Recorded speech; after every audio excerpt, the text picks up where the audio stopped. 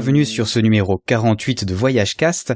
Pour ce numéro, j'ai eu comme accompagnateur et comme invité Romain du podcast Sur les routes de l'Asie, qui a eu le privilège de visiter les Philippines presque au même moment que moi, c'était au début de cette année. Et puis, comme on a les deux visité une partie différente de Palawan, on s'est dit que ça pourrait être une bonne manière de faire un petit crossover et de vous parler de cet archipel vraiment magnifique qui vaut le détour, qui est encore fort heureusement préservé du tourisme de masse.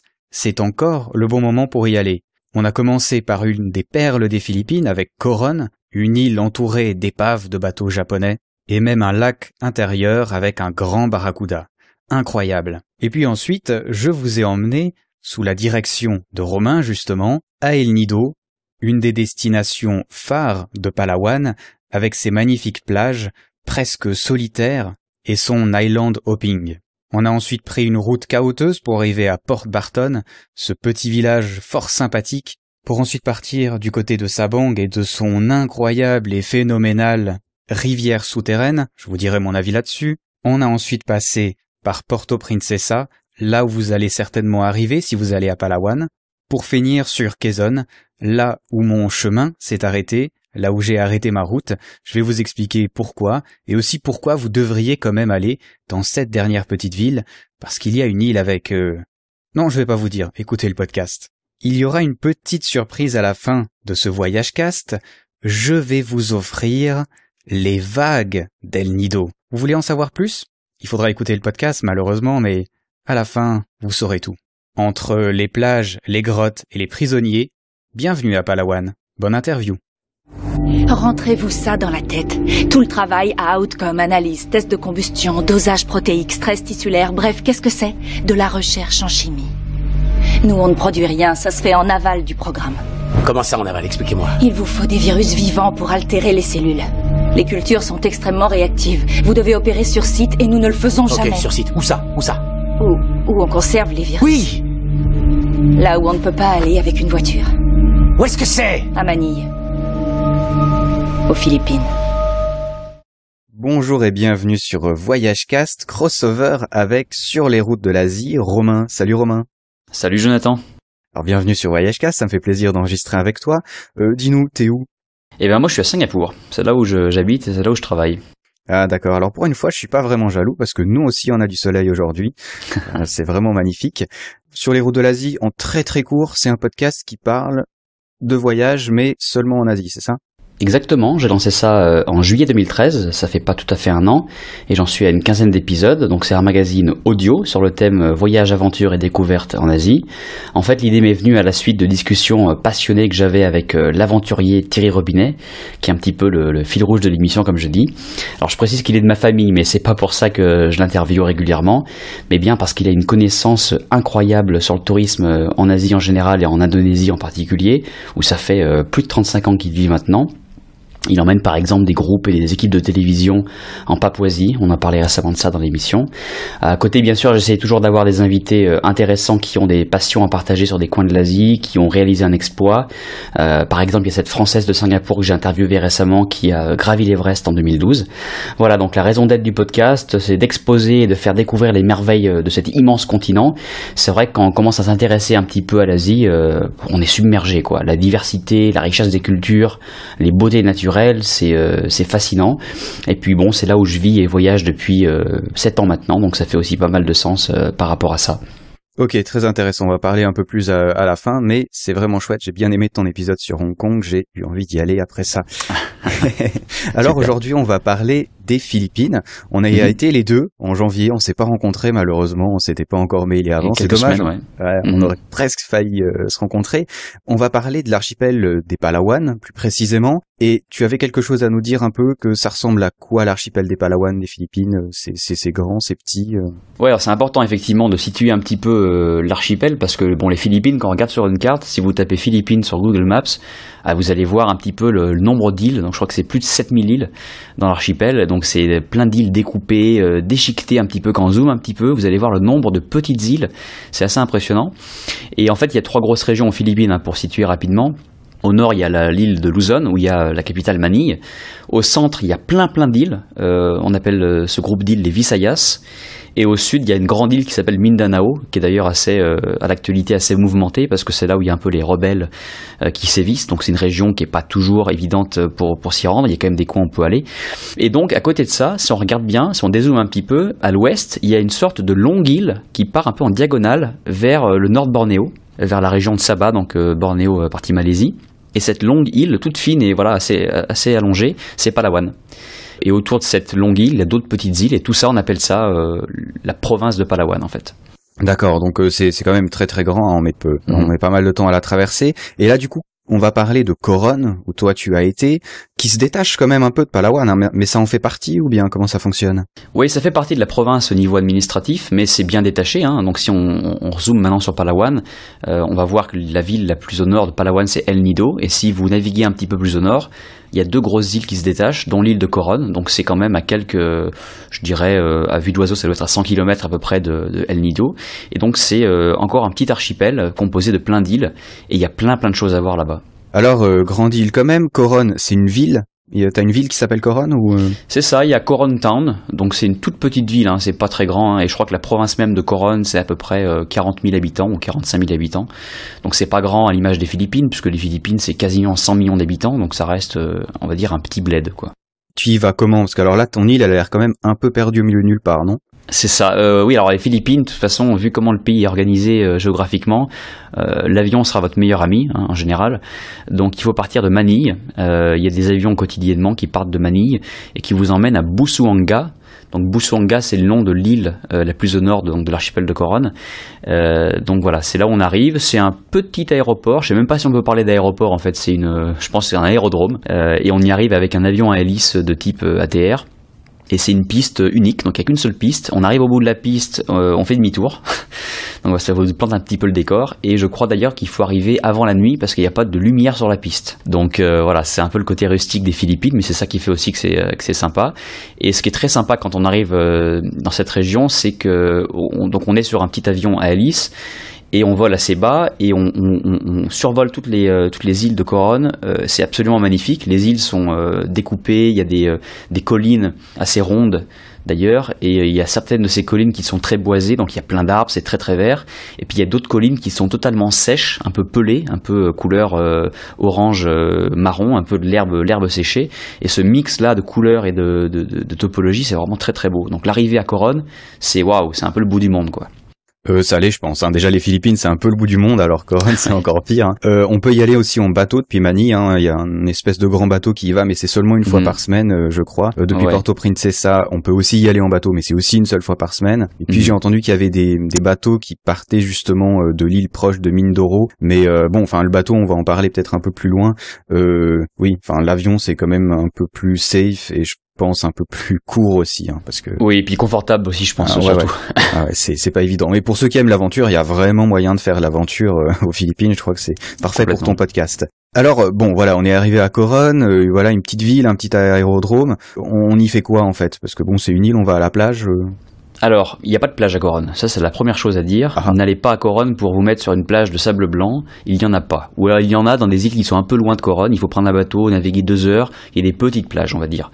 Mais l'essentiel de Coron, c'est en fait des formations rocheuses calcaires. Et entre ces formations rocheuses, il y a plein de lagons, il y a plein de petits lacs. Et il y a plein de coins pour faire du snorkeling, donc masque tuba, ou de la plongée. Donc il y a 2 principales activités à Coron. C'est ce qu'on appelle en anglais le island hopping. J'ai pas trouvé d'équivalent français d'ailleurs, c'est bizarre, mais bon. Non, il y en a pas. Il y en a pas. Voilà, donc c'est en fait le principe de prendre un bateau à la journée et de se balader d'île en île. Voilà, donc tu vas sur une première île, tu restes une demi-heure. Après, tu vas sur une deuxième île, tu vas voir un petit lac. Et puis voilà, tu sautes d'île en île comme ça. Donc c'est le island hopping. Donc ça, c'est très sympa. Tu peux facilement en faire pendant une grosse journée, voire 2 jours, voire 3 jours, hein, parce qu'il y a de quoi faire. Et puis la deuxième activité phare du lieu, c'est la plongée. Puisqu'en fait, cette partie des Philippines a une histoire avec la Seconde Guerre mondiale, puisqu'il y avait toute une flotte de navires ravitailleurs et de petites canonnières qui étaient cachées entre ces îles, de navires japonais. Et je crois que c'est en une seule journée, c'est exactement la date, je crois que c'est en septembre 1944, si je ne me trompe pas, où les avions alliés américains ont repéré donc toute cette flotte japonaise qui était cachée, et ils ont bombardé toute la région en 40 minutes, c'était très rapide, et tout a coulé. Donc il y a environ 35-40 épaves qui sont réparties dans la région. Et la plupart de ces épaves, tu peux y aller en plongée, puisqu'elles sont à entre 10 et 20 ou 30 mètres de profondeur, donc c'est vraiment pas profond. Certaines d'ailleurs, tu peux les voir en snorkeling, donc tu nages et à 3 mètres en dessous de toi, tu as la proue du bateau, donc ça c'est assez impressionnant. Et voilà, donc c'est un paradis pour les plongeurs qui sont passionnés par l'histoire et par simplement le fait de plonger pour aller visiter des épaves. Ouais, ça c'est intéressant le fait d'y aller en snorkeling, parce que d'habitude, pour ceux qui connaissent un peu la plongée, les épaves c'est vraiment très profond, c'est des plongées qui sont de toute façon techniques, surtout quand on rentre dans le bateau. C'est pas forcément pour tout le monde, faut quand même apprendre un minimum. Mais ça c'est vraiment un des high points de Coron. Ouais. Du coup c'est parce que les Philippines, voilà, on a vraiment l'idée que c'est pas forcément organisé comme chez nous. Comme chez nous, je parle en Suisse. À Singapour, je connais pas. Est-ce que c'est facile, justement, d'aller plonger? Est-ce que c'est safe? Est-ce que t'as des bons clubs? Ou est-ce que c'est un peu craignos, comme ça? Quand j'y suis allé, donc c'était il y a quelques semaines, malheureusement, je n'ai pas plongé pour 2 raisons. C'est qu'on n'est pas resté assez longtemps. Il y a cette contrainte de pas plonger 18 heures avant de prendre l'avion. Donc ça m'a empêché de le faire. Et il y avait aussi le fait qu'il y avait une mauvaise visibilité, même très mauvaise visibilité, suite au typhon qui a frappé le pays il y a quelques mois. On en reparlera, je pense. Et ce qui fait que les eaux étaient assez troubles, chargées de particules. Et du coup, même en snorkeling, malheureusement, il n'y avait pas une visibilité dingue. Alors en plongée avec moins de lumière, en profondeur, je pense que ça devait pas être terrible. Donc j'ai pas plongé, mais cela dit, je me suis un petit peu renseigné. Oui, il y a des centres de plongée qui ont pignon sur rue. Il doit y avoir un peu de tout, on est aux Philippines, donc il y a peut-être des centres de plongée qui se disent PADI certified, mais qui en fait, c'est des petits gars comme ça qui vous emmènent. Je recommande pas forcément de le faire, mais il y a 1 ou 2 centres réputés sur Coron Town, et là il y aura donc des instructeurs qualifiés, et puis aussi des instructeurs étrangers, donc il y aura pas de souci. Donc oui, on peut plonger en très bonnes conditions. Intéressant, ouais, c'est vrai. Faut pas hésiter à demander. Je crois que sur le site internet justement de PADI et tout ça, on peut voir qui est certifié ou pas. Donc, exactement. Il y a moyen de justement pas faire des trucs dangereux. Ça serait pas très intelligent. Alors ok, il y a pas de plage. On va faire de la plongée. On va faire un peu de island hopping. Il y a d'autres choses un peu. Est-ce qu'il y a des trucs un peu culturels? Je sais pas, des temples ou. Non, rien en fait. Coron Town, c'est une ville qui est pas très intéressante. C'est une ville qui a été créée clairement pour tous les gens se rassemblent ici, on va dire, c'est là le poumon de la région, mais c'est pas comme il y a peu de gens et que c'est loin, il y a pas beaucoup de choses à faire quoi. Donc Coron Town, c'est un point de passage pour partir en bateau. Il y a une chose qu'on peut faire, c'est aller sur une colline qui est à Coron Town, qui vous permet, donc je crois qu'il y a des escaliers pour monter et ça vous permet d'avoir une vue magnifique sur toutes les îles autour. Mais pas vraiment de temple, pas vraiment de culture. C'est vraiment rester à votre petit resort et puis partir tôt le matin, prendre un bateau et aller découvrir les différents lacs, les différents lagons. Si tu veux, je peux t'en parler de quelques-uns. Il y en a beaucoup. Moi, j'ai entendu parler de Apo Island. Alors, j'y suis pas allé. Ah ouais, on m'a dit que c'était bien là-bas, que c'était un des meilleurs points. Mais je sais pas, j'y ai pas été personnellement. D'accord, c'est peut-être un peu plus loin parce qu'en fait, il y a toute une série de choses qu'on peut faire à une demi-heure de bateau, donc très facile. Et puis il y a d'autres îles qui sont vraiment là, il faut de la navigation, il faut partir 2 heures en bateau. Et en général, tu peux pas trop combiner tout ça pour une journée parce que les gars vont te dire ouais non c'est trop loin, on va rentrer trop tard, la mer va être agitée. Donc tu peux faire des excursions à la journée plus loin, mais c'est un autre trip on va dire. Pour ce qui est de ce qui est accessible à une demi-heure ou 1 heure de bateau à partir de Coron Town, il y a plein de choses. Il y a des sites de snorkeling, notamment un qui s'appelle Siete Pecados, qui veut dire je crois les 7 îles. Donc c'est 7 petites formations rocheuses. En fait on dit îles mais c'est des choses qui font 10 mètres de large ou 5 mètres de large. Et au pied de ces formations rocheuses, t'as plein de poissons. Donc là c'est très sympa pour le snorkeling. Je crois que c'était le premier ou deuxième truc que j'avais fait. Donc c'est une bonne introduction. Et après t'as plein de lacs et de lagons. Et t'en as 2 ou 3 qui sont très connus. Donc t'as le premier qui s'appelle le Kayangan Lake, qui est, je crois, l'endroit le plus photographié de Coron. Donc si vous tapez Coron sur Google Images, il y a de grandes chances que vous voyez quelqu'un en haut d'un piton rocheux qui surplombe le Kayangan Lake. Très sympa. Et ce lac, il est réputé pour être le plus clean, enfin le plus propre du pays. Pourquoi ? Parce que c'est vrai qu'il a une visibilité impressionnante. Quand tu prends ton masque et que tu regardes donc au fond, la profondeur doit être de peut-être au début 20 mètres, après ça descend bien sûr, mais au début c'est peut-être 20 mètres. Tu vois jusqu'au fond avec une clarté absolue. C'est pas celui où c'est justement un lac qui a un mix entre de l'eau douce et de l'eau de mer ? Alors ça, c'est le Barracuda Lake, on va revenir. Ah, pardon, ouais. Voilà, mais c'est très bonne remarque, je vais en parler après. Mais le Kayangan Lake, donc c'est intéressant parce que voilà, c'est une eau très très belle. Il est entouré, donc en fait, il est fermé sur lui-même et il est entouré de pitons rocheux. Et ces pitons rocheux, au niveau de la base, enfin au niveau de l'eau, en fait, ça fait une sorte de creux ça se creuse. Et après, ça recommence sous l'eau. Donc avec un masque et un simple tuba, on peut voir des pitons rocheux sous l'eau. Avec des formations calcaires vraiment cisaillées, coupantes, c'est super super beau. Et si vous prenez un peu votre respiration et que vous partez en apnée à 4-5 mètres, vous allez voir des trucs, c'est magnifique. Peu de poissons dans ces lacs, parce que c'est quand même fermé, mais la clarté de l'eau et le sentiment au bout du monde est vraiment total.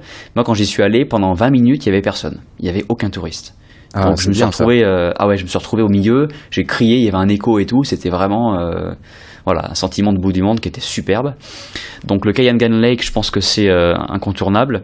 Et le Barracuda Lake, donc bonne transition, c'est un lac qui est, voilà, comme tu le dis, un mélange d'eau douce et d'eau salée, puisqu'il y a un passage en fait avec la mer, donc l'eau de mer rentre, et il paraît, et ça c'est ce que tous les guides vont vous dire, qu'il y aurait un barracuda dedans, c'est pour ça qu'on l'appelle le Barracuda Lake, et il paraît qu'il y a un barracuda immense de 1 mètre de long. Et alors, tu l'as vu? Je l'ai pas vu. Parce que le lac est grand quand même, hein, et c'est quand même assez grand. C'est un peu comme Loch Ness en fait. C'est un peu ça, ouais. Tu peux pas nager jusqu'au bout du lac. Enfin, tu pourrais, mais ça serait assez crevant. Par contre, il y a du diving qui se fait dedans, donc il y a des gens qui vont plonger dans le lac. Et c'est là où des gens m'ont dit, oui, il y a un barracuda, on l'a vu l'autre jour. Bon, c'était des Philippins qui m'ont dit ça, donc est-ce qu'ils me faisaient marcher ou est-ce que vraiment ils l'ont vu, j'en sais rien. Non mais on les croit. On les croit, mais c'est la légende qui entoure le lac, donc le Barracuda Lake, très sympa. Et après, il y a aussi les Twin Lagoons, donc les lagons jumeaux, qui sont 2 lagons séparés par un petit, un peu comme un isthme entre guillemets de roches. Donc ça fait deux lagons qui sont côte à côte, très sympa. Et puis après, donc si vous continuez un petit peu, vous avez des plages. Bon, les plages, c'est un grand mot, hein, c'est une étendue de sable de 100 mètres de large, mais du coup c'est sympa parce que c'est isolé. Donc vous êtes caché derrière des pitons rocheux sur une petite plage. Et en général, sur cette petite plage, vous avez des petits bungalows, des petites cabanes qui ont été construites en bambou et où vous allez manger. Et alors il n'y a pas de restaurant, hein, c'est juste que vous allez apporter votre nourriture et manger là-bas. Et moi ce que j'avais fait qui était très sympa, c'est qu'avant de partir de Corantown le matin avec le bateau, on a fait le marché de Corantown. Le guide nous a dit qu'est-ce que vous voulez manger, bah voilà, on veut du poisson, on veut des légumes, on veut du riz. Donc il nous a fait les courses et il a cuisiné sur le bateau, donc ils ont leur petit grill comme ça sur le bateau, c'est rigolo. Et après vous arrivez sur la plage, vous vous mettez sur votre petit bungalow et il vous amène votre nourriture juste cuisinée, vous mangez un poisson grillé, les pieds dans le sable, ça c'est super. Franchement, c'est magique. Donc il y a l'île de Banol qui est connue notamment, et il y a plein de frangipaniers également. Donc il y a plein de feuilles de frangipanier qui tombent sur la plage. Donc c'est super. Moi je m'étais amusé à faire. Bon évidemment dans ces moments-là on n'a rien à faire, donc je me suis amusé à écrire Coron avec des feuilles de frangipanier. Voilà, ça m'a amusé un petit moment. Bon, on a tous fait ça, hein, écoute. Après tout, pour une fois qu'on est sur une île, sur une plage déserte, autant profiter à s'amuser à faire des trucs un peu débiles. Hein. Ouais. Mais c'est cool, c'est génial. Enfin, en tout cas, moi, je regrette de pas avoir pu y aller, mais c'est vrai que c'était le problème d'aller à Coron, c'est vrai qu'on perd beaucoup de temps en fait. Parce que on perd limite une journée d'avion en fait, parce que même si le vol est court depuis Manille, on va perdre du temps à l'aéroport, on va s'organiser, on va devoir arriver, aller à l'hôtel et tout ça. Depuis El Nido, on en parlera après, mais il y a quand même 9 heures de navigation qui sont pas forcément évidentes, donc ça prend vite 3 jours en restant seulement une seule journée à Coron, ce qui est très court, quoi. Donc c'est vrai qu'il c'est peut-être dans les séjours un peu plus longs, je pense qu'on peut en profiter beaucoup plus, quoi. Mais ça a l'air vraiment magnifique et c'est quand même une des perles des Philippines. Hein. Exactement, oui, c'est reconnu pour être une des perles des Philippines. Quelque chose que j'ai pas dit qui est important, et tu parlais de durée de séjour, etc., qu'il faut quand même savoir, c'est qu'il faut pas faire l'erreur, comme je l'ai fait le premier jour d'ailleurs, d'aller trop tard à l'embarcadère pour prendre les bateaux. Parce qu'ils partent très tôt les bateaux. Enfin, quand je dis très tôt, c'est relatif, mais il faut y aller entre 7 et 8 heures. Si vous faites petit déjeuner, que vous prenez un peu votre temps, et qu'à 9 heures vous dites allez on y va, il y a de grands risques qu'il n'y ait plus de bateaux. Petite note sur les Philippines, justement, dans le sens plus général, généralement les transports partent très tôt le matin. C'est le cas des jeepneys, c'est le cas des vannes, c'est le cas de beaucoup de choses finalement. Beaucoup, même dans la montagne, hein, si tu vas du côté de Luzon, les jeepneys partent autour des 6-7 heures du matin pour justement éviter d'être dans l'après-midi, dans la chaleur, je pense, puis aussi pour prévoir, je suppose, les longs trajets, puis les catastrophes qui peuvent arriver entre deux, parce qu'on tombe souvent en panne aux Philippines. Et c'est vrai que, ouais, en tant que touriste, il faut juste, il faut partir très tôt, en fait. Ouais, il faut le savoir parce que si vous le savez pas et que vous arrivez trop tard et qu'on vous dit plus de bateau pour la journée, Donc t'as perdu ta bah journée. là, voilà, t'as foutu ta journée, t'es à Coron Town, il n'y a pas grand chose à faire. C'est un peu dommage, quoi. Ouais. Ceci dit, à El Nido, hein, on est parti justement en bateau, on est tombé en panne, on est resté bloqué toute la journée sur une île et on a été content de partir tôt justement, parce que si tu dois rentrer le soir sur ton petit bateau dans la nuit sans rien, ouais, ça doit être moyennement safe, quoi. C'est vrai que c'est un bon point auquel on pense pas tout le temps. Donc voilà, donc Coron c'est très sympa. Les épaves, donc je les ai pas plongées, mais il y a de quoi faire. Si vous êtes fan de plongée, voilà, il y en a une quinzaine, je crois qu'on peut aller voir. Certaines seulement snorkeling et puis d'autres où il va falloir prendre les bouteilles. Mais sympa, des épaves qui font d'ailleurs, il y en a qui font je crois jusqu'à 100 mètres, hein, donc c'est quand même assez important. Et il y a un restaurant que vous pourrez pas rater qui est à Coron Town, qui est pas loin d'ailleurs de l'embarcadère, qui s'appelle le Bistrot ou The Bistro. Donc voilà, comme vous pouvez l'imaginer, c'est un restaurant de nourriture plutôt occidentale, qui a dans le restaurant au fond un tableau qui montre où sont toutes les épaves en fait. Donc c'est une carte dessinée de Coron et des environs, et ça montre où sont toutes les épaves, et elles sont reproduites avec l'échelle, donc on voit un petit peu les gros bateaux où ils sont, les petits bateaux où ils sont, etc. Avec un petit peu d'histoire pour chaque bateau. Donc on voit celui-là, voilà, c'était un ravitailleur qui faisait ça et ça, et vous voyez combien il y avait d'équipage, qu'est-ce que le bateau faisait en fait, et puis voilà, vous avez un peu l'histoire. Et c'est marrant parce qu'évidemment c'est des bateaux japonais, donc ils ont des noms sympathiques, l'Okikawa Maru, le Kogyo Maru, l'Akitsushima. Voilà, donc c'est un peu exotique, tout simplement. Ouais, ben ça donne envie en tout cas d'aller faire un tour. Vraiment, vraiment chouette. Ouais. Ok, ben du coup si on n'a pas d'autre chose à dire sur Coron, je te propose qu'on file sur Palawan, où là je vais parler un petit peu plus, vu que toi tu as pas mis les pieds et que moi j'y étais. Bah voilà, donc ça me donne l'occasion du coup de retourner les rôles.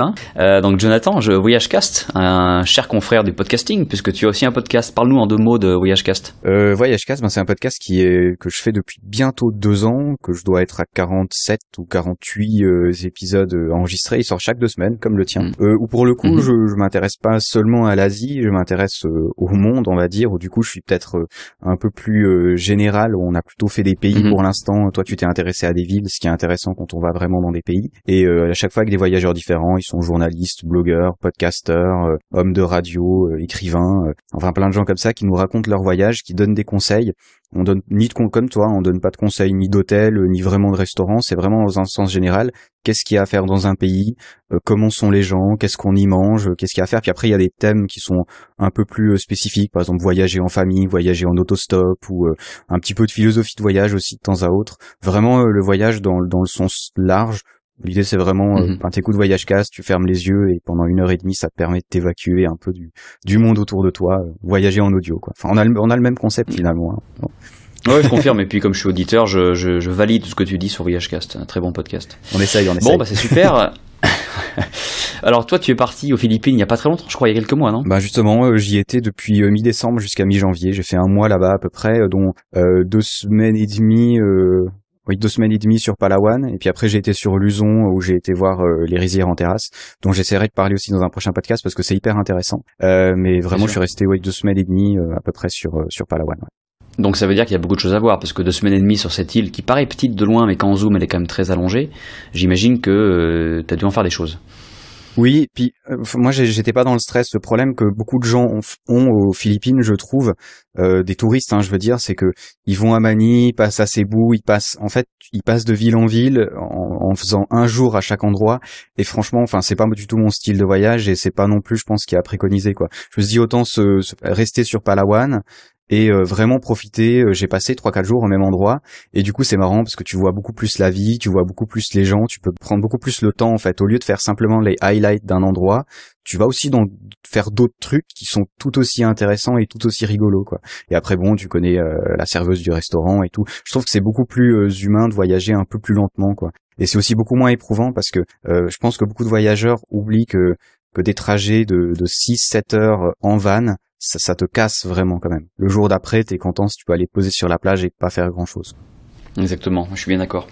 Bon, alors on va revivre ensemble ton voyage sur Palawan, donc les 2 semaines et demie que t'as passé là-bas. T'es arrivé par où d'ailleurs?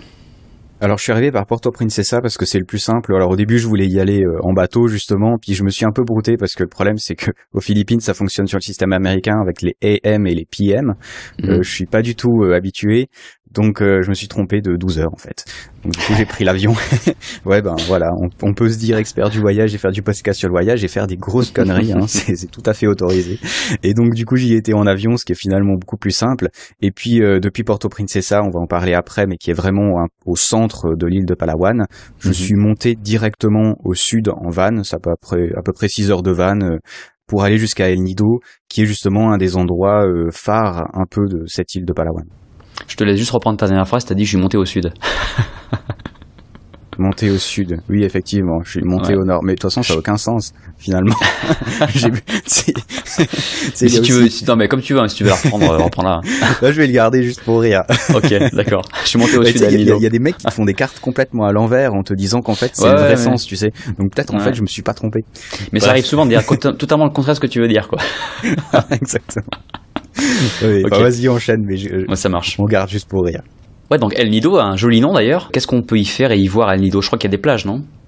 Ouais, alors la plage d'El Nido en elle-même de la ville, hein, c'est une petite ville qui est super sympa parce qu'elle est vraiment encaissée autour de collines calcaires aussi, ça me fait penser à Coron de nouveau. Ouais, c'est vraiment, t'as l'impression qu'il y a une toute petite vallée où t'as 7 îles avec la baie, la plage. T'as une partie village normal, je sais pas comment expliquer ça, mais avec des vraies maisons en dur et tout ça.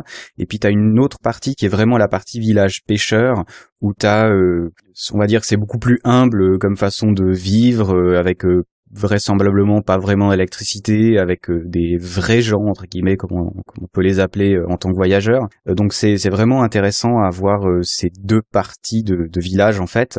T'as toute la plage qui est prise en grande partie par des hôtels et des restaurants, hein. Des voyageurs qui ont été, ils disent c'est un peu la Thaïlande d'il y a 15 ans, tu vois. Le moment où c'est plus vraiment un village, mais c'est pas encore à fond le tourisme comme tu peux le voir à Pattaya en Thaïlande, tu vois. C'est un peu entre les deux. Donc je pense que c'est un moment intéressant à y aller à El Nido pour l'instant. Dans 5 ans, je sais pas vraiment à quoi ça va ressembler. Ce qu'il faut savoir, c'est que la route pour aller à El Nido, justement depuis Porto Princesa, est un peu compliquée, surtout sur la fin. Ça vient un chemin de terre, c'est plus du goudron.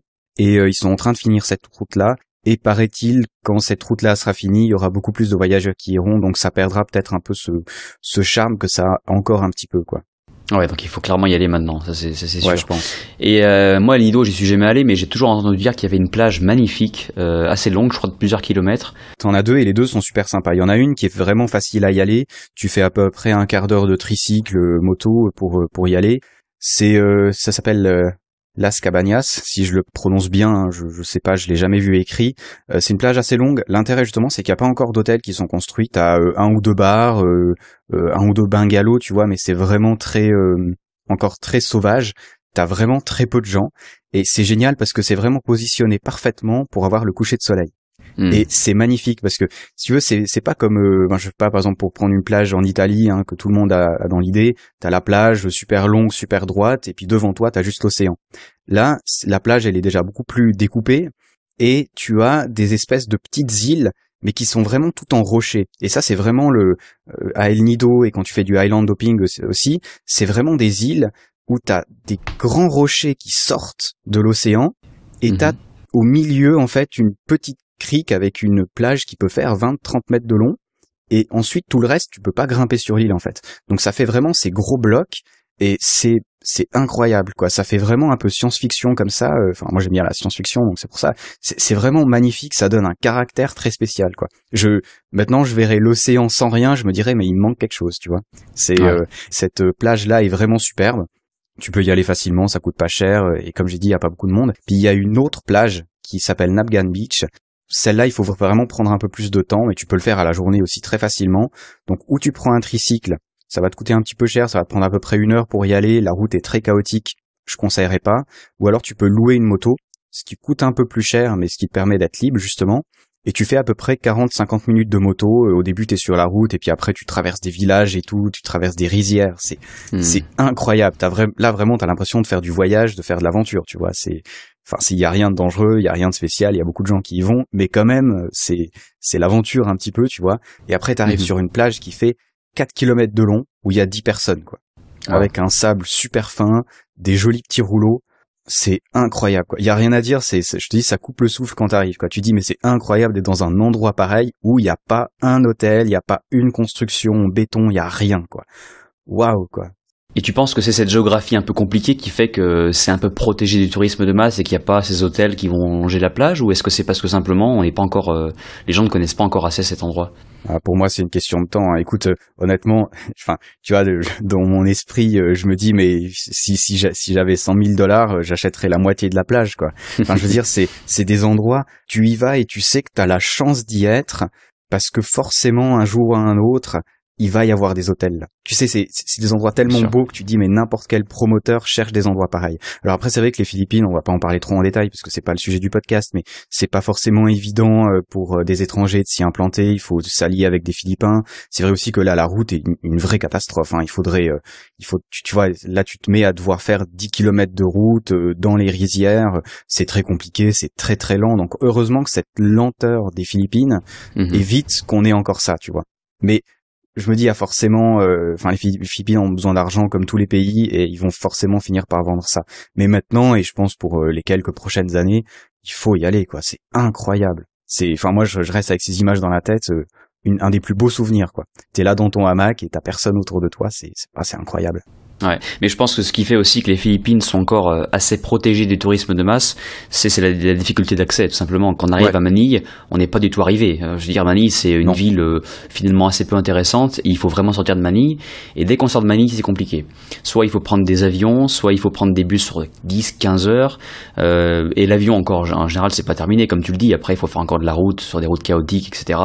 Donc je pense quelque part, comme tu le dis, c'est le moment d'y aller, mais et je pense aussi, comme tu le dis, que le développement va se faire, peut-être pas très très vite, donc on a encore de la chance de pouvoir découvrir des coins comme ça, et clairement ce genre de plage dont tu as parlé, aller découvrir une plage comme ça en moto, c'est fabuleux, parce que la moto c'est la liberté en Asie de toute façon.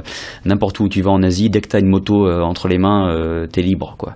Plus ça, c'est pas dangereux, tu vois, dans le sens où t'as vraiment très peu de gens sur la route. Tu vois, c'est pas des routes où il y a énormément de trafic, où t'as des camions, des bus et tout ça, où pour le coup c'est peut-être un peu moins agréable de faire de la moto. Par exemple, à Manille, faire de la moto, ça doit pas être franchement très chouette. Mais là, t'as vraiment personne, quoi. Et du coup, tu traverses des villages, tu vois des écoles, tu vois aussi un peu plus la vie comme elle est, tu vois. Tu peux t'imprégner vraiment bien de l'endroit. Bon, c'est vraiment, si vous allez à El Nido, il faut absolument le faire. Personnellement, je vais parler un peu après de Island Hopping, mais j'ai eu beaucoup plus de plaisir à faire ça qu'à faire du Island Hopping, tu vois. Parce que là, t'es vraiment libre, tu vas dans un endroit beaucoup plus authentique.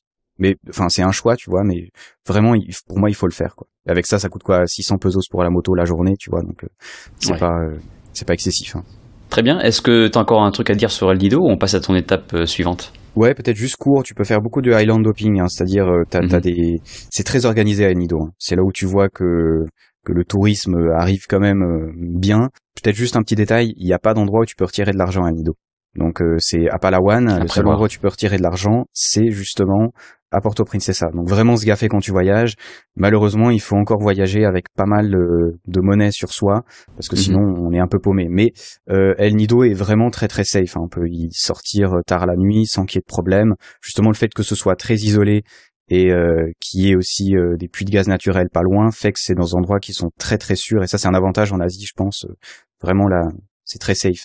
Donc tu peux faire du island hopping, c'est des tours, hein, t'as le tour A, B, C, D, hein, c'est pas très je trouve que c'est pas très vendeur, mais voilà, où tu vas visiter 3-4 îles. Je dirais quand même privilégier les endroits, les agences qui ont des bateaux qui sont plutôt grands, parce qu'ils vont être plus rapides, et donc du coup tu vas perdre moins de temps, et ils vont aussi beaucoup moins bouger. Nous on s'est retrouvé sur un petit bateau rikiki qui avançait pas, on est tombé en panne et tout. Alors bon, c'est rigolo, mais finalement on n'a pas vu vraiment beaucoup d'îles on a perdu un peu une journée, tu vois.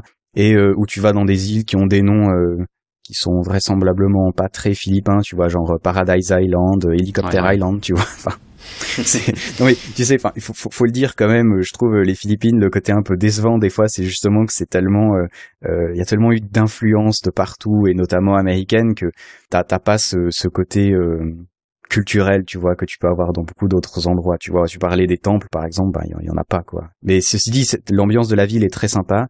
Je dirais peut-être ne prenez pas un hôtel qui est près de la plage, à part si vous êtes des fêtards. Parce que honnêtement, ils font vraiment du bruit jusqu'à 4 heures du matin et c'est insupportable. Privilégier des hôtels qui sont en plus moins cher et un peu plus dans le village si tu veux, tu vas être beaucoup plus tranquille quoi. Et sinon le island hopping c'est sympa, mais c'est vrai que j'aime pas trop, c'est pas tellement mon style de voyage, tu vois, tu vas dans un bateau, il t'amène dans un endroit, il t'y dépose pendant 1 heure, après tu remontes sur le bateau, tu vas à un autre endroit, tu vois, t'as pas vraiment le temps d'apprécier je trouve. Mais c'est vrai que tu t'en prends plein les yeux quoi, hein. C'est des endroits magnifiques, comme tu dis, tu vas dans des criques, j'ai eu la chance d'être dans des endroits où j'étais tout seul aussi, donc ça reste grandiose, mais j'ai l'impression qu'on me vole du temps en fait. Moi j'aimerais rester là toute la journée, tu vois. Il y a aussi la possibilité de, si vous êtes 4, 5, honnêtement, je trouve que c'est tout à fait faisable de louer un bateau et d'aller où vous avez envie. De lui dire, moi j'ai envie d'aller que dans cette île-là, et on y reste la journée. Alors, je l'ai pas fait parce que j'étais seul, mais je pense que c'est un truc qui est mieux que d'aller faire ces tours-là, quoi. Oui, je pense qu'à partir du moment où tu payes, normalement, tu peux faire ce que tu veux. Après, les gars, en général, te disent souvent vers 4 heures, il faut qu'on rentre, etc. Ils aiment bien rentrer tôt, hein, j'ai remarqué. Oui. C'est des gens qui vivent avec le soleil et qui se lèvent très tôt, ce qui veut dire aussi qu'ils se couchent assez tôt. Et en fait, on peut pas partir de 8h à 18h, c'est quasiment impossible. Ils vont toujours vous ramener à Ubercaille vers 15, 16 heures, parce que voilà, et après, ils vont voir leur famille, et ils finissent la journée tranquillement, jusqu'à ce que le soleil se couche. Donc, c'est à savoir. Mais enfin bon, El Nido, il faut quand même y aller vraiment, ne serait-ce que pour ces 2 plages. Je dirais d'aller faire la soirée sur une pour aller voir le coucher de soleil, aller à l'autre pour être bien seul. Rien que ça vaut la peine. Je pense qu'il restait moins de 3 jours, c'est un peu dommage. C'est pas y aller seulement une journée, ça vaut pas la peine comparé au trajet qu'il y a à faire pour y aller. Trajet justement pour aller à ton étape suivante, je crois que tu as mis 12 heures pour aller à Port Barton, c'est ça? Ouais, le problème c'est un peu la cata en fait. Tu dois prendre un van, alors justement qui part très tôt le matin, et ensuite t'as 2 choix quand t'arrives à Roxas, qui est une sorte de carrefour en fait, où après où tu vas sur Porto Princesa, ou alors justement tu vas sur Port Barton, qui est desservi par des vannes, mais qui tombent en panne tout le temps, une jeepney aussi, mais il y en a une par jour, donc voilà, t'as la chance de la voir ou pas. Ou alors le bus, mais t'en as aussi un par jour. Donc en fait c'est vraiment un jeu, tu vois, tu prends ton van le plus vite possible et ensuite t'attends à Roxane. On a attendu pendant 4 heures en espérant qu'il y ait un truc qui fonctionne, et puis on a pris la jeepney quoi. La route de Port Barton est réputée à Palawan pour être une des plus mauvaises, et c'est vraiment une des plus mauvaises quoi. Oui, c'est vraiment indescriptible. J'ai fait quelques photos, c'est assez incroyable, c'est boueux, t'as des précipices partout, parce que c'est très vallonné Palawan, hein, on l'a pas dit, mais c'est pas plat du tout, tu vois. C'est pas les Maldives où c'est une île qui fait 1 mètre de haut. Là, vraiment, t'as des montagnes, quoi. D'ailleurs, je crois que ça culmine vers 2000, non? Je crois 2000 mètres, le point un peu plus de culminant. 2000 mètres, ouais. Exactement. C'est ça, hein. Est-ce qu'on peut on peut faire l'ascension d'ailleurs de cette montagne ou on peut faire l'ascension, j'en parlerai un peu après quand je parlerai des peuples locaux, mais c'est un peu compliqué et ça prend vraiment beaucoup de temps en fait. Et ça doit pas être évident. J'ai fait une ascension, mais du côté de Luzon, et la chaleur, et ça rend les ascensions pas évidentes. Mais c'est possible de le faire. Par contre, ça demande une organisation. Tu vois, t'as pas une agence qui te dit, tiens, on te le fait pour tant de jours, quoi. Il faut vraiment prendre le temps de s'organiser, quoi. C'est une expédition, hein. C'est de l'aventure, vraiment, les Philippines, encore. Mais oui, mais je pense que c'est vrai, c'est important de le répéter. On l'a bien compris. Il faut prendre le temps, Philippines. Il faut prévoir large. Il faut pas penser qu'on va tout faire dans un temps limité et qu'on verra le maximum de choses. Non, il y a peut-être des choses que vous pourrez pas voir parce que la route est coupée, parce que le bateau marche plus, parce que voilà, il y a plein d'imprévus à prévoir. Donc, de votre côté, je pense prévoyez un bon bouquin, des podcasts, pourquoi pas, à écouter dans les longs trajets, et puis voilà, prendre le temps et pas trop se prendre la tête à vouloir faire un circuit un peu trop condensé, je pense. Non, du coup, moi, tu vois, j'avais prévu d'aller dans ces villes-là, mais finalement, j'ai pas du tout fait ce que j'avais prévu de faire. Enfin, on en parlera après, mais vraiment prendre le temps, puis pas oublier les rencontres et tout ça, ça fait partie du voyage aussi. Palawan, c'est un bon mélange, je trouve, entre l'aventure, donc quand même où tu souffres un petit peu, où t'es fatigué, où il y a des trucs qui vont pas, et en même temps, ça reste toujours quand même très safe, quoi. C'est pas dangereux, tu vois. Donc c'est de l'aventure qui est négociable pour tout le monde, quoi. Je pense que c'est vraiment un bon truc à faire avant peut-être de faire de l'aventure un peu plus hard, quoi. Et justement, alors pour reprendre, pour aller à Port Barton, justement, qui est une route qui est pas évidente, ça secoue et tout, c'est pas très cool. T'arrives à Port Barton, qui est finalement un petit village, mais vraiment petit, hein, où t'as vraiment des villages de pêcheurs, t'as un espèce d'office du tourisme un peu bizarre, mais globalement, c'est pour que toi, t'ailles pas négocier avec les pêcheurs pour leur louer leur bateau, tu dois passer par eux, quoi. Voilà. Alors ils disent que c'est pour la sécurité et tout, il doit y avoir une question de prix aussi, mais bon, enfin, de toute façon, vu le prix que ça coûte, je pense pas que c'est très gênant pour nous, voyageurs occidentaux. Et de là, t'as quelques petits hôtels, mais qui sont pas des grands hôtels, tu vois, c'est plus des maisons où tu peux aller, quoi. T'as quelques petits bungalows. C'est une vie beaucoup plus villageoise que El Nido, tu vois. Donc beaucoup plus tranquille aussi. Moi j'ai trouvé ça très sympa, quoi. C'est vraiment vivre dans un petit village. C'est une bonne étape pour aller un peu plus au sud. Ouais, moi je trouve que c'est vraiment bien, quoi. C'est vraiment agréable. Puis de là, bon, tu peux aussi faire du island hopping aussi, qui est un peu moins connu que El Nido, mais enfin c'est toujours la même chose. Hein. T'as des jolies plages, des jolis endroits où aller faire du snorkeling. Tu peux aller aussi voir la mangrove, ce qui est très rigolo en fait, parce que du coup tu prends un petit bateau et puis tu vas sur les fleuves les rivières, je sais pas, rivières plutôt, qui sont dans la forêt. Ben, t'as beaucoup de moustiques, ce qui est pas très cool. Par contre, tu peux voir des serpents, tu peux voir des petits crabes assez marrants, tu peux voir des singes, on a vu des singes, et ça te met dans une ambiance encore une fois complètement différente, quoi. Donc ça, c'est vraiment chouette à faire. Ça coûte pas cher en plus. Ouais, en plus j'avais lu quelque part qu'il y avait beaucoup d'espèces endémiques à Palawan. Énormément. Je crois que j'avais noté qu'il y a des amphibiens vraiment qui existent que là-bas, des couleuvres, des geckos, des tortues, des rongeurs, des papillons qui sont vraiment uniques à Palawan. Donc j'imagine que quand tu te balades, bon, tu vois peut-être pas toutes ces espèces endémiques d'un seul coup d'œil, mais tu dois voir quand même pas mal de choses sympathiques. Ouais, et l'ambiance et rien que le son. Ah oui, ça c'est un truc important, petit truc. Alors c'est peut-être parce que j'aime bien l'audio justement. Demandez à votre boatman d'éteindre le moteur. Parce qu'il y a, enfin, tu connais certainement, mais t'as des bruits dans ces forêts-là. C'est incroyable. Des trucs qui craquent, des bruits bizarres. Tu te dis, mais c'est quoi pour un animal qui fait ce bruit-là? Ça te met dans une ambiance terrible, quoi. Ah, moi, j'ai adoré. T'as enregistré des choses ou t'as pris ton petit micro? Ouais, non, j'avais pas, malheureusement, à ce moment-là. C'est dommage, mais ça fait partie des trucs où, ouais, il faudrait vraiment se balader avec un micro. Il y a sûrement des trucs super à faire, quoi. Tu vois, le bruit de l'eau sur la barque et tout ça. Enfin, je trouve que ça te met vraiment dans une ambiance, ouais, ça te fait vraiment voyager, quoi. Et je rebondis sur ce que t'as dit sur le fait d'éteindre le moteur. C'est vrai qu'en général, ces gars-là, ils éteignent jamais le moteur si tu leur demandes pas. Bon, ou alors ils mettent de la musique. Ouais, ou alors mettre de la musique sur leur téléphone alors que toi t'es sur la plage de prélasser, ça m'a toujours fait rigoler. Ouais, exactement. Et là c'est rigolo juste parce que tu loues le bateau en fait pour la journée, donc après tu peux t'arrêter un peu où tu veux, tu vois. Nous genre on a vu une plage pas loin, on a dit on peut s'arrêter là, alors oui, puis là tu t'arrêtes sur une plage déserte et puis tu vas te baigner. Enfin, il y a encore un côté ouais, je sais pas, découverte comme ça. Tu sais très bien que t'es pas le premier à mettre les pieds sur cette plage, hein, c'est clair. Mais y a quand même un petit sentiment étrange. Enfin, je sais pas, tu l'as sûrement vécu aussi, mais bien sûr. Ouais, j'adore ça, quoi. Enfin, ça reste unique à vivre quand même. Enfin, y a pas tout le monde qui l'a vécu. Donc c'est bien. Enfin, Port Barton, je dirais aussi, c'est un endroit où tu restes justement si vous aimez la tranquillité. Justement, tu prends des bons bouquins, tu prends des podcasts, des livres audio, tu vis ta petite vie tranquille. C'est vraiment un coin où se poser, je trouve, qui est vraiment intéressant, quoi. Certainement un des plus intéressants comparé à Nido, qui est peut-être un peu plus bruyant. Sabang aussi. Je pense que c'est un bon endroit pour se poser, tout simplement, quoi. C'est un peu pour ça que les vacances sont faites aussi, quoi. C'est sûr. Sabang, donc tu viens juste de le dire, Sabang c'était ta prochaine étape, je crois, dans ton voyage à Palawan. Hein. Exactement. Alors Sabang, c'est hyper connu à Palawan parce que c'est là où il y a la rivière souterraine, en fait, qui est vraiment énormément marketée un peu partout à Palawan et où tout le monde va vous dire c'est génial, c'est la 7e ou la 11e ou la 14e merveille du monde, on sait plus trop, hein, il y en a tellement. Bon, je vais être clair, j'y ai été, il y a énormément de monde. Globalement, t'es sur des petits bateaux où t'es une quinzaine par bateau et t'as l'impression d'être dans un parc d'attractions, dans le sens où le bateau qu'il y a devant toi, t'as l'impression qu'il est à 20 mètres devant toi et t'as un bateau derrière toi à 20 mètres, quoi. Limite, ils mettraient une chaîne ça serait la même chose, tu vois. C'est vraiment hyper touristique et je pense qu'il y a une grande différence en le voyant d'un point de vue européen ou d'un point de vue autre. Tu vois, par exemple, les Chinois, je pense qu'il y a beaucoup de Chinois qui voyagent aux Philippines, qui ont jamais été dans des grottes. C'est quand même un peu grandiose, tu vois. Parce que c'est vrai que t'as quand même des grottes où t'arrives, t'as, je sais pas, 40 mètres de plafond au-dessus de toi. Donc ça reste quand même des jolies grottes.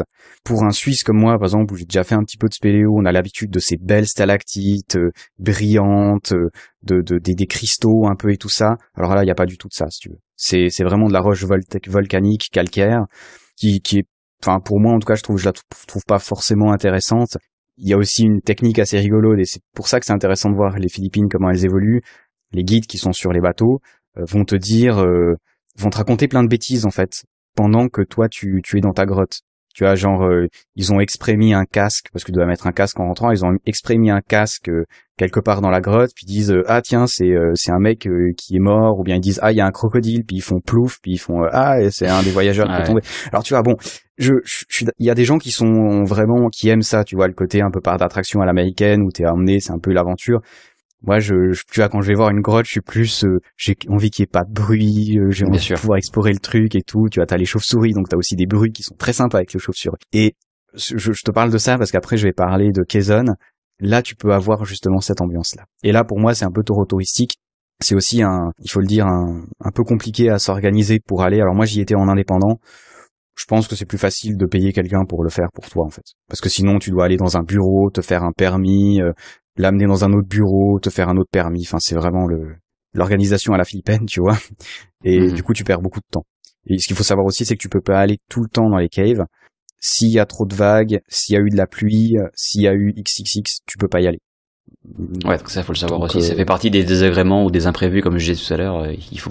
Ouais, juste pour dire, Sabang, c'est aussi l'endroit où j'ai vu les hôtels les plus classes de Palawan. Donc tu as le Sheridan par exemple, qui est un hôtel, je sais pas, 4, 5 étoiles ou je sais pas. T'as piscine, massage, enfin tout ce que tu veux. T'en as un autre à côté qui est aussi assez connu. C'est marrant parce que justement je disais, quand t'es face à la mer, quand t'arrives à Sabang, tout ton côté droite ça va être le côté super classe, tu vois. Et le côté gauche, ça va être la partie village, où je te jure vraiment, 20 mètres plus loin, t'as plus de route, où du coup tu entres dans le village, où t'as les enfants, t'as les gars, ils jouent un espèce de billard, mais pas avec des boules, avec des espèces de palets, ce qui est très rigolo. D'accord. Et justement de ce côté-là, tu vas être beaucoup plus tranquille avec des hôtels justement où t'as de nouveau ces espèces de petits bungalows, où j'avais mon bungalow qui est mon endroit préféré sur terre maintenant, où vraiment t'as 20 mètres et t'as la mer et t'as rien et t'es tout seul et t'es au bout du village, vraiment. C'est extraordinaire. Franchement, Sabang, j'ai beaucoup aimé, mais justement pas pour ces caves, qui à mon avis, c'est vraiment du marketing touristique, quoi, tu vois. Mais ça, comme tu le disais, c'est un peu le chemin que ça prend, hein. Tu parlais que les Philippines, c'était peut-être la Thaïlande il y a 15 ans. Je pense que c'est ça. En Thaïlande, il y a beaucoup de coins comme ça qui sont marketés, où tu arrives dans la ville et tout le monde te tend la brochure qui est dans la même chose. Tous les tours opérateurs, enfin toutes les agences proposent le même circuit, c'est juste qu'elles ont un nom différent ou une voiture différente qui va t'y emmener, mais au final tu feras la même chose. Et c'est vrai que c'est incontournable ce genre de développement. C'est comme ça que ça se passe en Asie. J'espère qu'ils auront l'intelligence de le rendre, de le garder quand même un peu d'authenticité et de pas que ça devienne trop Disneyland. Si on va par exemple, ça me faisait penser à Maya Beach, la plage Maya, donc à Koh Phi Phi en Thaïlande, qui est cette fameuse plage où le film La Plage a été tourné, avec DiCaprio, et la plage est absolument magnifique. Le site en lui-même est fantastique, mais si tu y vas après, j'ai envie de dire 8h30, 9h, c'est assiégé de touristes du monde entier, et certains gens qui crient, qui chantent, qui tapent dans l'eau, et tu perds tout le côté naturel, magique, perds tout le côté bout du monde, alors que c'est magique, l'endroit est magique et restera magique, je pense, parce qu'il protège quand même le lieu, il y a des permis à avoir, etc. Mais quand il va avec d'autres gens, avec d'autres visiteurs, malheureusement tu perds un peu de ce charme. Et je sais pas que je suis pessimiste pour les Philippines, mais je pense que c'est le développement normal dans ces pays-là. C'est normal qu'ils veulent avoir plus d'argent, c'est normal, il faut qu'ils rentrent dans le capitalisme aussi. Quand tu vois aussi, il faut pas oublier non plus qu'il y a ce capitalisme parfois à outrance, il profite aussi à des vraies familles qui peuvent emmener leurs enfants à l'école et tout ça, donc c'est vrai qu'il y a toujours deux côtés à voir. Mais ce qui est encore chouette justement, c'est que là par exemple à Sabang, je disais si tu vas à gauche dans le village, alors là moi il y a mon bungalow qui était super chouette, et si tu vas encore un tout petit peu plus loin, tu tombes dans un endroit que je n'ai absolument pas compris. Je sais pas ce que fout cet endroit ici, mais t'as un temple bouddhiste chinois. D'accord. Un peu bizarre, je sais pas, avec une statue de Bouddha, j'ai pas tellement compris pourquoi. Et là, t'as de l'herbe verte, je veux dire, t'as de l'herbe verte, après t'as des pierres, et après t'as la mer, et il y a carrément un arbre qui est au bord de la plage, dans lequel ils ont mis une cabane, dans lequel tu peux aller boire des bières, quoi. Et c'est l'endroit, mais je te jure, mais t'es là et tu te dis mais c'est pas possible qu'il y ait un endroit comme ça qui existe. Et il existe vraiment, quoi, et c'est magnifique.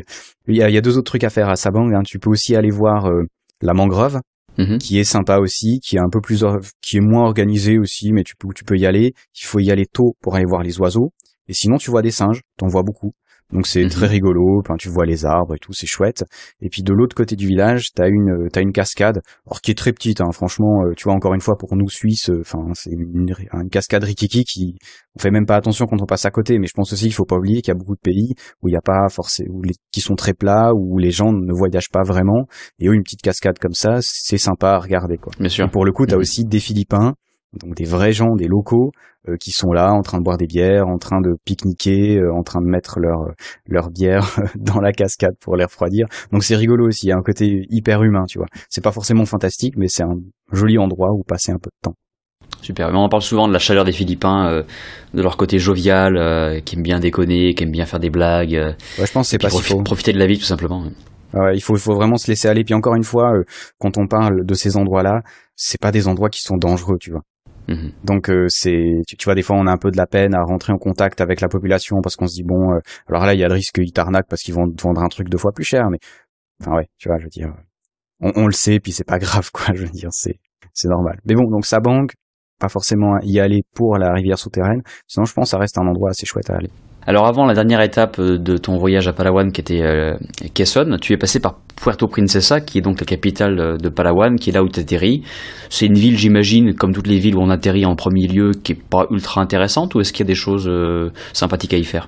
Alors que, comme j'ai dit, il y a des hotspots pour touristes, hein, tu sais, c'est des pubs, des bars, des endroits où aller danser, des discos un peu qui sont pas du tout mon style, donc du coup j'y ai pas été, mais qui sont bonnes. Je pense aussi que, alors les Philippines, on n'a pas vraiment parlé de la cuisine, on n'aura pas forcément le temps d'en parler, mais c'est des cuisines qui sont pas forcément riches comme celle de la Thaïlande par exemple. Oui. Et à Puerto Princesa, tu as justement quelques bons restaurants, tu peux manger de l'espadon par exemple, tu peux manger des choses un peu plus spéciales, autre que le poisson pêché puis grillé, qui est bon, tu vois, mais qui est peut-être lassant au bout d'un moment. Là, t'as des cuisines un peu plus variées qui sont intéressantes. On n'a pas vraiment beaucoup le temps d'en parler, mais il y a la prison de Palawan qui est visitable. Je suis encore en train d'essayer de réfléchir si c'est une bonne idée d'y aller ou pas, parce qu'il y a toute une sorte de business, mais qui est mis pour les prisonniers, mis pour la prison. Enfin, c'est un endroit très étrange, je dirais.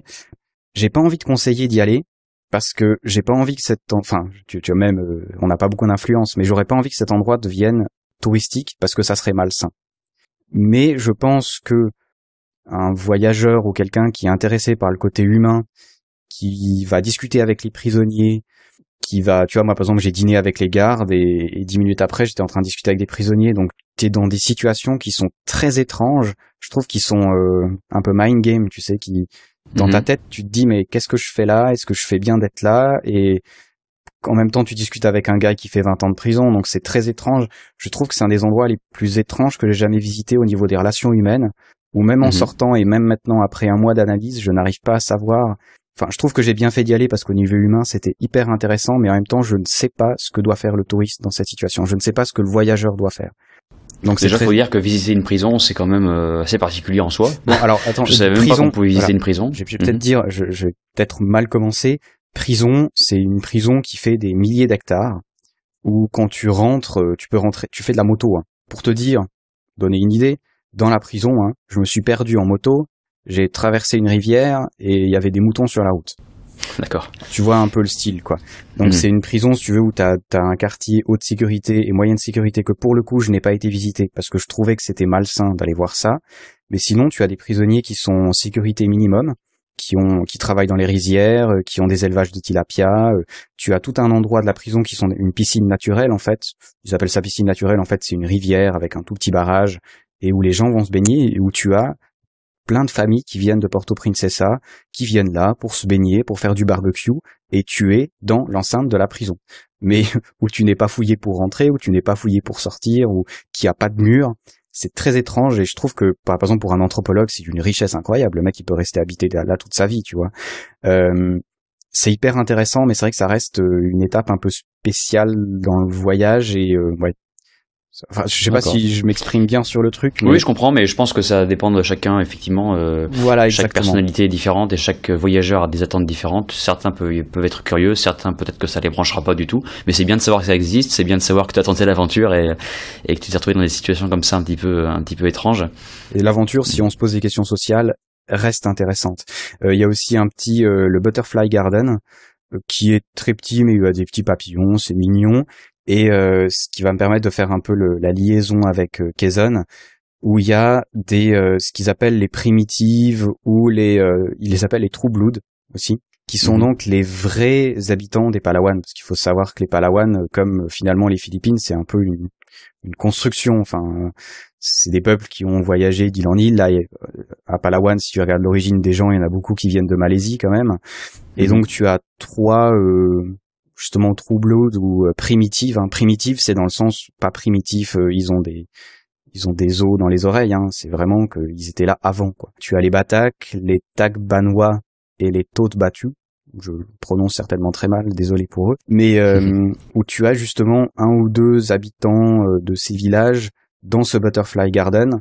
Là aussi, ça pose beaucoup de questions au niveau du tourisme. Alors, on n'est pas vraiment aux zoos humains, mais comme je dis souvent sur VoyageCast, faire une photo avec un gars qui a juste un pagne, enfin, je trouve ça toujours très étrange, en fait. Ça fait partie du tourisme un peu, tu vois, qui va dans la mauvaise direction pour moi. Ouais, je comprends. Et mais c'est vrai que ces peuplades-là sont très très pauvres, vivent dans les montagnes. Tu parlais des montagnes avant, et notamment un des moyens d'aller dans ces montagnes-là, c'est d'aller dans ces villages primitifs. Et là, c'est quand tu commences à aller au nord de Port-au-Prince, c'est ça. Alors moi, j'ai été jusqu'à Quezon. Quezon, c'est une ville où je vous encourage de ne pas lire ni le Lonely Planet, ni le Guide du Routard, parce que les hôtels qu'il y a dedans n'existent plus, hein. Où le seul hôtel entre guillemets qu'il y a doit s'appeler un truc genre villa magnifique, je sais pas quoi, où en fait voilà, c'est un lit avec des parois un peu étranges. C'est pas du tout touristique.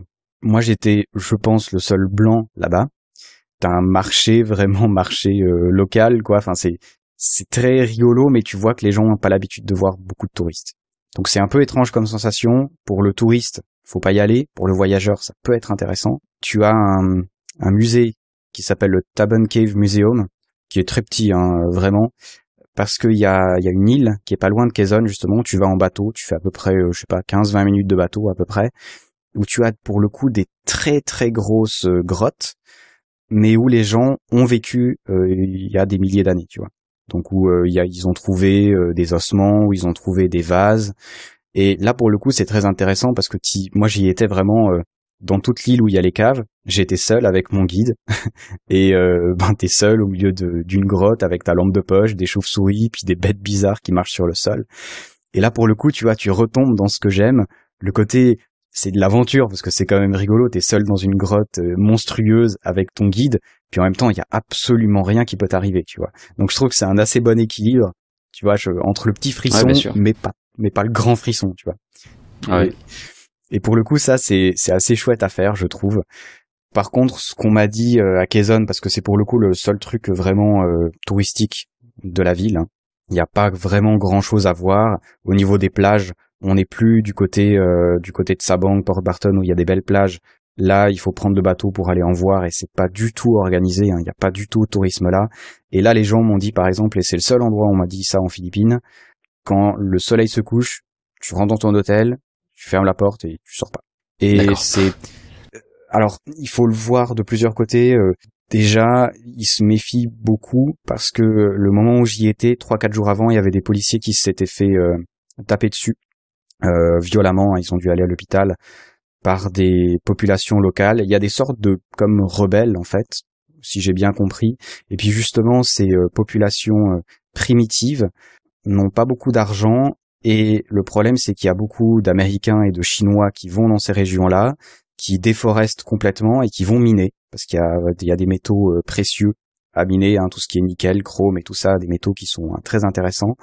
Et ils détruisent complètement, ils détruisent des villages, ils chassent des gens d'endroits où ils peuvent chasser, du coup ils diminuent les territoires de chasse. Enfin, il y a tout un problème vraiment dont on peut pas parler dans le podcast parce que je ne connais pas assez pour en parler. Mais il y a des gros problèmes sociétaux là-bas. Et nous, arrivés là, on est blanc, donc on est forcément assimilé à ces gens-là qui se comportent d'une façon détestable. Et tu vois, tu sais jamais comment les gens réagissent. J'aurais voulu aller beaucoup plus au sud justement, et c'est pas forcément possible, c'est pas forcément évident. Et là, Quezon est vraisemblablement l'endroit où tu t'arrêtes, en fait.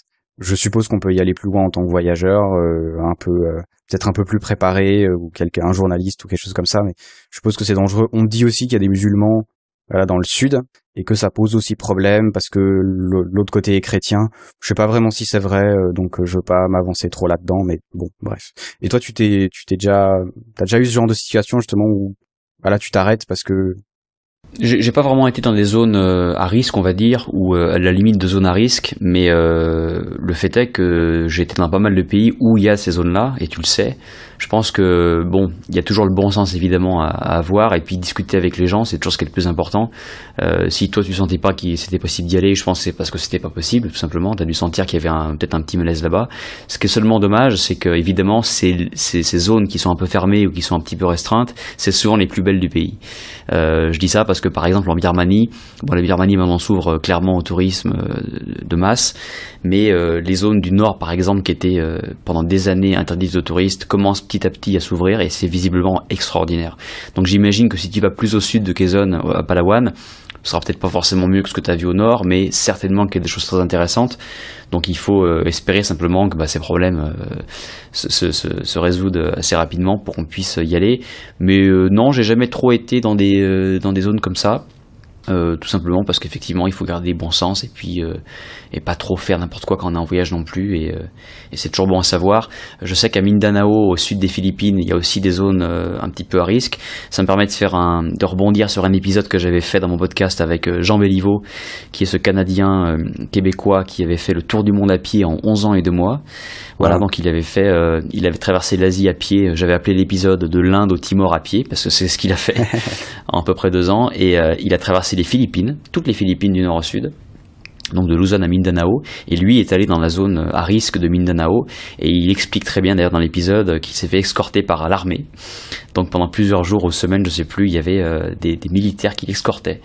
Donc il pouvait pas marcher tout seul, et lui, évidemment, son message, c'était aussi la marche en solitaire autour du monde, et c'est la seule région du monde, ou l'une des seules régions du monde où il a été escorté par l'armée. Donc forcément, c'est plus le même voyage, quoi. Hein. Quand on est escorté par un gars avec un flingue, c'est pas la même chose. Mais il a dit que c'était magnifique. Il a dit que Mindanao était une superbe région. Je sais que maintenant il y a des zones où on peut aller. Ça reste quand même assez limité, mais ce que lui a dit en tout cas, c'est que c'était extraordinaire. Ouais, parce que justement le développement n'y est pas venu. Et comme le développement n'y est pas arrivé, c'est vierge, c'est totalement vierge. Ouais, j'ai rencontré un gars là-bas qui est géologue, justement, qui était de Mindanao, mais qui était en voyage à Palawan, qui me disait justement qu'il y a toute une région que tu peux aller visiter, mais pas plus loin. Alors là, pour le coup, ce que tu disais pour la beauté des paysages, je suis pas certain, parce que justement, t'as moins ces plages-là, t'as moins un peu ce que tu recherches aux Philippines. Par contre, c'est vrai que t'as des forêts, donc il y a certainement des choses jolies à voir, mais ça reste quand même très très rude, tout au sud, donc c'était quand même une région où il y avait beaucoup de pirates. Mais de pirates actuels, hein, pas Jack Sparrow, hein, les pirates entre la Malaisie justement parce que les Philippines n'ont pas les moyens de garder toutes leurs côtes, donc ouais, ça doit rester quand même assez rude, mais ça peut être une expérience de voyageur, tu vois, mais on n'est plus vraiment dans le tourisme où il y a quand même au minimum un hôtel et un bar où tu peux aller, quoi. Là on est vraiment dans le très roots, quoi. Bon, eh bien merci Jonathan, c'était un super voyage, on t'a suivi là tout le long de Palawan, c'était vraiment magnifique. Merci. Où est-ce qu'on peut te retrouver alors je l'ai dit, tu es l'auteur et l'animateur de VoyageCast, donc j'imagine qu'il y a un site web par là qui peut traîner. Comment on te retrouve tout simplement? VoyageCast sur Google, hein, c'est le plus simple, et puis sinon voyagecast.ch parce que je suis suisse, et puis voilà, sur Twitter, VoyageCast, Facebook, je privilégie Twitter, et surtout n'hésitez pas si vous avez des questions, notamment sur l'épisode qu'on a fait, à aller sur la page de l'épisode, que ce soit chez toi ou chez moi, et te poser des questions, que ce soit toi ou moi, on essaiera vraiment de vous répondre dans la mesure de ce qu'on a fait et de ce qu'on connaît, mais je pense aussi que c'est un joli échange. Puis voilà, VoyageCast un peu partout, quoi. Exactement, belle expérience de partage en tout cas. Ben oui, exactement. Et puis toi, alors pour le coup, on te trouve où? Parce que il y a un petit truc avec Twitter où j'ai failli me tromper au début. Oui, alors moi, donc le podcast, tu l'as dit, c'est Sur les routes de l'Asie, donc il y a un site surlesroutesdelasie.com où Google aussi va être votre meilleur ami. Sur le site, vous aurez les liens, il y a une page Twitter, une page Facebook, et puis les sons sont hébergés sur SoundCloud. Donc si vous êtes sur SoundCloud, vous pouvez écouter les podcasts comme ça. Sinon, évidemment, un podcast, hein, donc c'est iTunes, où vous pouvez également télécharger les fichiers MP3 si vous le souhaitez. Oui, la confusion en fait, c'est que j'ai créé un compte Twitter récemment, je m'y étais pas encore mis, et puis là, il y a à peu près un mois, l'ami Pierre Journel, donc du podcast Le PCC, m'a dit qu'on vous encourage à écouter. C'est pas le voyage, mais c'est un très très bon podcast également. M'a dit il faut absolument que tu crées un compte Twitter, et puis c'est vrai que bon, je m'y suis mis. Il a quand même fallu que je m'y mette. C'est parti de ma to-do list qui ne cesse de s'allonger. Et sur Twitter, on a une petite contrainte du nom sur la longueur du pseudo. Et sur les routes de l'Asie, malheureusement, était bien trop long. Et ouais. Donc j'ai pris Podcast Asie. Donc si vous allez sur twitter.com/Podcast Asie, vous retrouverez toutes les news. Et puis un petit tweet à chaque fois qu'un nouvel épisode est publié. Ok, c'est parfait. Et donc on te retrouve sinon chaque 2 semaines avec un nouvel épisode. Voilà, on a le même, c'est rigolo, on a le même rythme, on s'était même pas concerté en plus. Ah, c'est plus on a simple. le même rythme, le même rythme de publication, toutes les 2 semaines environ un podcast. Alors ce que j'aime bien dans nos podcasts respectifs, c'est qu'on est très complémentaires, c'est que moi je sais que l'Asie et en général des podcasts de 30-40 minutes, toi c'est le monde entier et des podcasts un peu plus longs qui vont un peu plus dans le fond ou qui passent un petit peu, qui donnent un aperçu d'un pays ou d'un thème, comme tu l'as fait avec d'autres épisodes sur la sécurité en voyage, le voyage en famille, etc. Je trouve ça très intéressant et voilà, donc c'est pareil toutes les 2 semaines. Et puis les notes de l'émission sur le site, si vous voulez retrouver les détails, les adresses, etc. Sur le site web.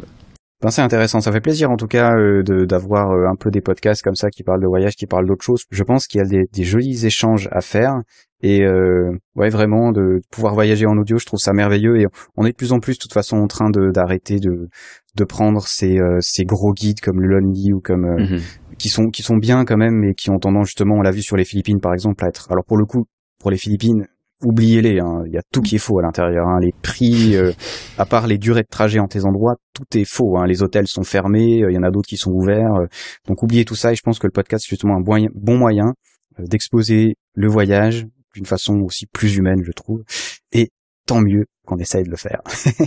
Oui, puis c'est beaucoup plus chaleureux, je trouve, de découvrir un lieu par quelqu'un qui en parle qu'en lisant des textes. Alors les textes, c'est très bien, les articles de blog, c'est superbe, ça permet d'être dans le détail, etc. Mais la chaleur de la communication orale, je trouve que c'est quand même autre chose. Et puis c'est pour là que VoyageCast et Sur les routes de l'Asie sont là, tout simplement. Exactement, alors continuez à nous écouter, on est très content de partager avec vous. Et puis nous, on se dit à une prochaine certainement, hein, c'est clair pour moi. C'est même certain. Voilà, qu'on va pas s'en arrêter là pour notre collaboration. Et puis je te souhaite du coup une bonne journée peut-être, une bonne soirée. Pour moi c'est une soirée déjà. Ok, alors une bonne soirée à Singapour et puis moi... une journée pour toi en Suisse. Exactement, une chaude journée en Suisse, très agréable.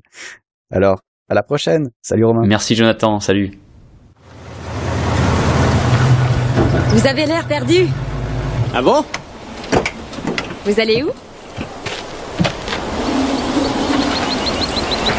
Eh ben, j'étais en train de me le demander. Ça, c'est la 83 Sud.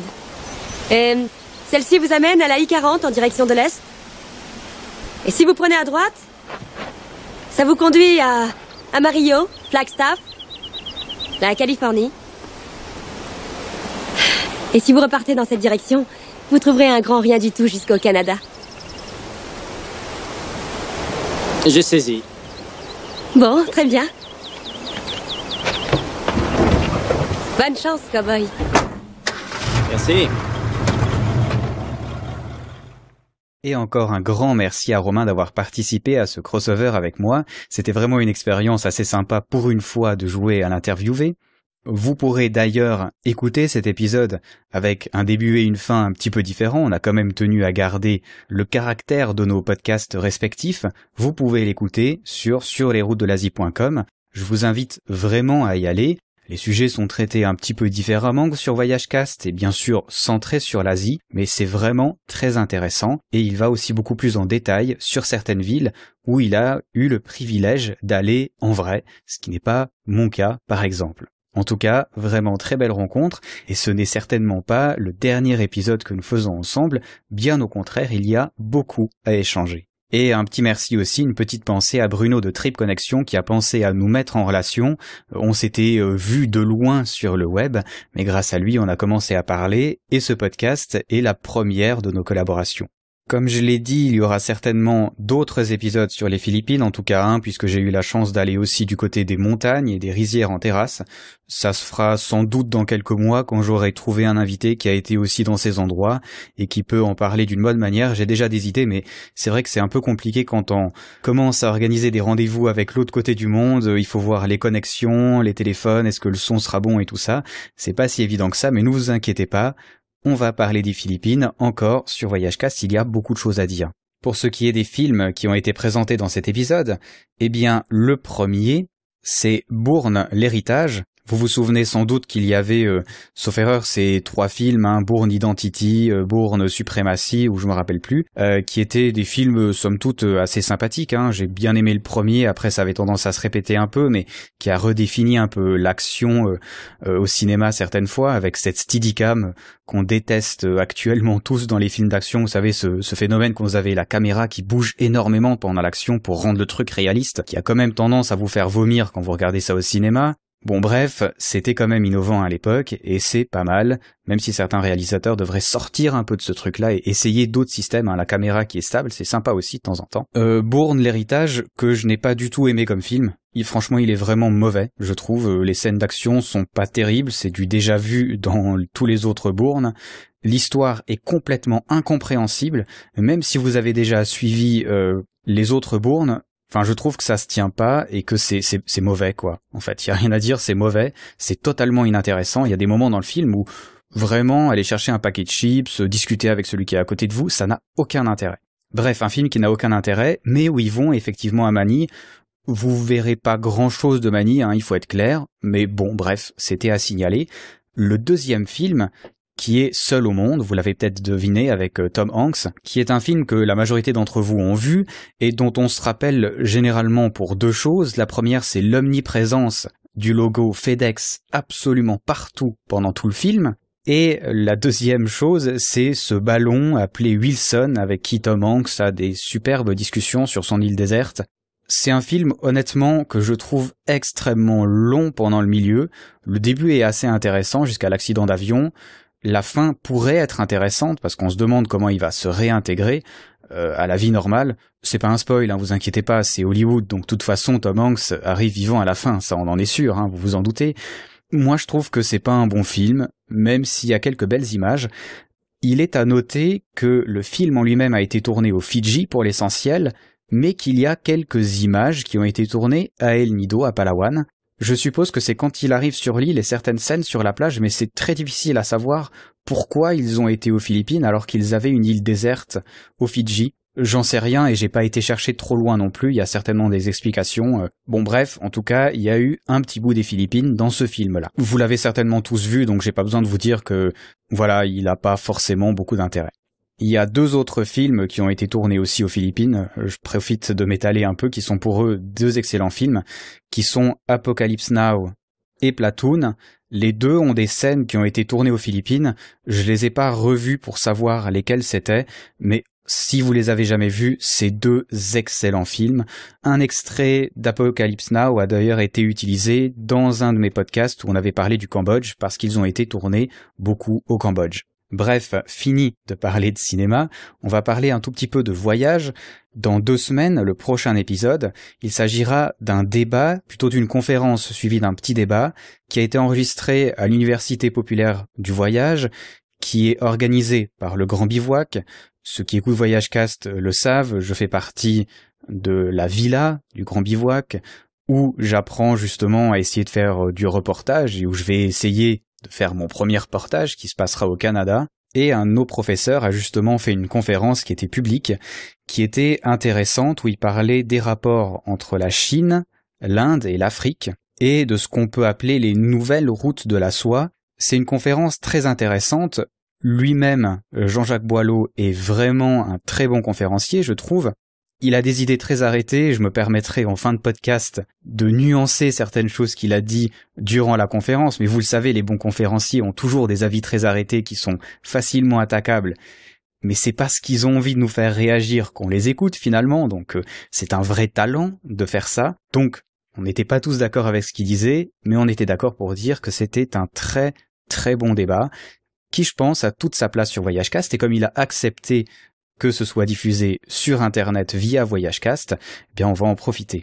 Sachez d'ailleurs, et ce sera la dernière annonce, que le 11 avril 2014, pour ceux qui nous écouteraient les années suivantes, il y a une conférence qui est donnée par Olivier Weber, qui se passera justement en Savoie. Il est lui-même écrivain et reporter de guerre. Il est extrêmement intéressant. Vous aurez donc l'occasion d'écouter une de ces conférences, ce sera le 11 avril. N'hésitez pas à aller sur grandbivouac.com, ce sera la prochaine conférence et puis il y en aura d'autres. En tout cas, c'est vraiment des conférences de très bonne qualité qui sont gratuites. n'hésitez pas à y aller si vous êtes dans la région. C'est fort probable que sa conférence soit aussi disponible sur VoyageCast plus tard, s'il donne son accord. C'est bien possible qu'il le donne, pour en faire profiter justement ceux qui ne peuvent pas aller jusqu'en Savoie. Il me semble que j'ai encore beaucoup trop parlé, je vais donc vous laisser, et je vais vous laisser cette fois-ci pas avec une musique, mais bien avec un enregistrement que j'ai fait aux Philippines, au bord de la plage. Je vais vous offrir les vagues d'El Nido, c'est quand même super classe, avec une petite musique en fond qui est une de mes préférées. Bref, vraiment là ce coup-ci, mettez votre casque, allez dans un endroit où il n'y a pas de bruit et profitez de ce son magnifique. Sentez-vous en vacances et à ciao, bonsoir.